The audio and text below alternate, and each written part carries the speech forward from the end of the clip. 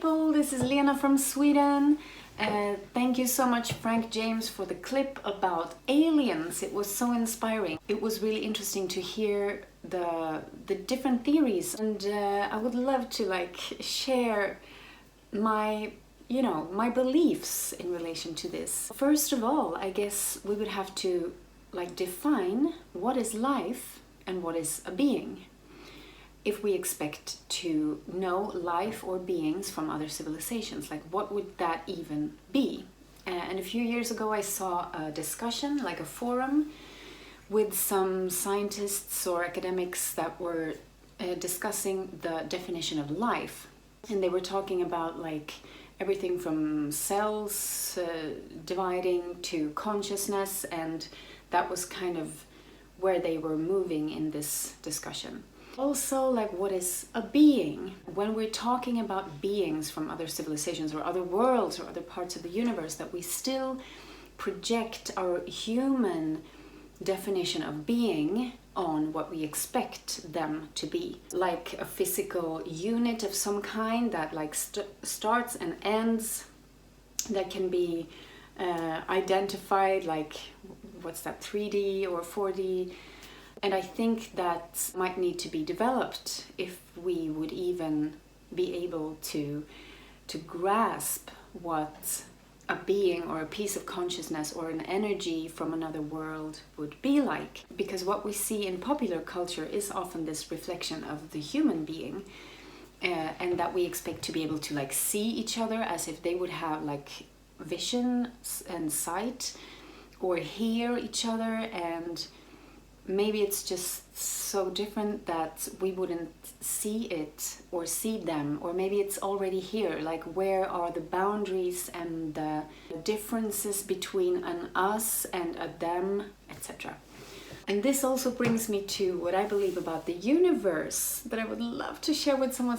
Sometimes I feel really spaced out, but I also know that there are people who are spiritual like me, who have some other views of the universe that definitely affects this question about aliens. I'm convinced that there is more to the world and the universe than what we can experience with the five senses. That there's kind of a meaning to this, that there's a meaning that we are limited as human beings, because the human experience and the human condition has to be limited in order to play out the sets of cards that we are given as humans. Because after that, when we die or before we come here, we can do anything. We can manifest this. There's no definitions, no limits. But now here we have these conditions of space and time and a physical body and a nervous system and a consciousness. Currently, 2019, it's still the fact that we cannot explain scientifically 95% of the universe. Laws of gravitation, there's so much in the universe that does not make sense according to the facts and the science that we have developed so far. Why the planets move in the way that they do, or other things we're trying to measure. For me personally, I believe that this is kind of the point, that we have to experience some kind of limitations as long as we're in the human condition. Other scientists I know, for example, Neil deGrasse something, that he's more of the opinion that we cannot explain these 95% yet, but that doesn't mean that there's something that would not be possible to discover or explain with current science. We are just not there yet. So in a way, he's kind of anti-spiritual, actually, pretty openly sometimes, because he says that there's no magic, there's nothing that cannot be explained. We're just not there yet.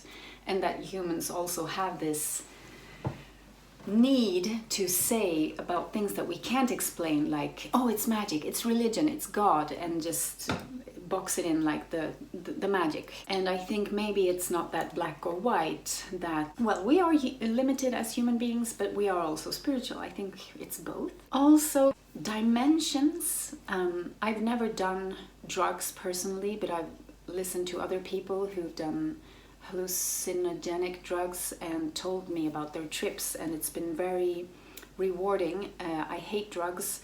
One of my friends died yesterday from addiction, a girl I knew. It's horrible. And still I heard some people who could like handle it tell me stories about other dimensions that changed me for life as well. And I'm very glad that I never did drugs because it's not for me, but I still love to talk about other dimensions, and some people might have to do drugs in order to go there. I don't, because I'm so freaked out. Anyways, I believe that all dimensions are present all the time, everywhere, mirroring into each other and being connected, so that there is really no linear time. There's just one moment or one dimension that is connected to all other dimensions, which means that nothing ever really dies and all possibilities are happening at the same time. It's all connected. But we are like in a dimension that we think is the one, like this is the one, but maybe like everything is just there. With our five senses, we still can't like go into all the dimensions right now as we're in this human shape in the current dimension. We might have to wait until we die, or resolve and change our life. I think things might be happening already that takes away this distance between us and aliens, like it's all here. It's all the universe. It is everything. Everything is everything. There's no us or them.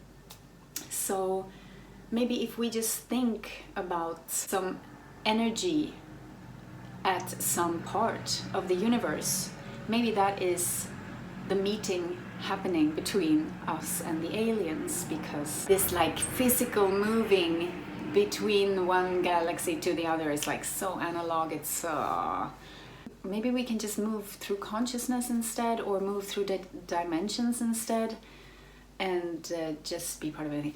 Okay, another tendency. Why would we assume that aliens would be dangerous or a threat to us? Is it possibly because we know that we can be dangerous and we can be a threat, and we are so conflict oriented, and that we might not have reached a level of consciousness where we rather are oriented by love and exchange and compassion and help and development and nourishment? Why would we assume that it would look like a war between human groups? And also, why would we assume that they would kill our planet when we are doing such a good job at it already? We are killing ourselves, we are killing our planet, the only home that we know, and still we have to project like, no, but someone else is gonna come here. And this is like so much a part of the human condition as well, to project our problems and our responsibility and not be present in ourselves, because being present in ourselves is so hard for human beings. Okay, yeah, so I spaced out, and I'm really grateful to be able to do just that.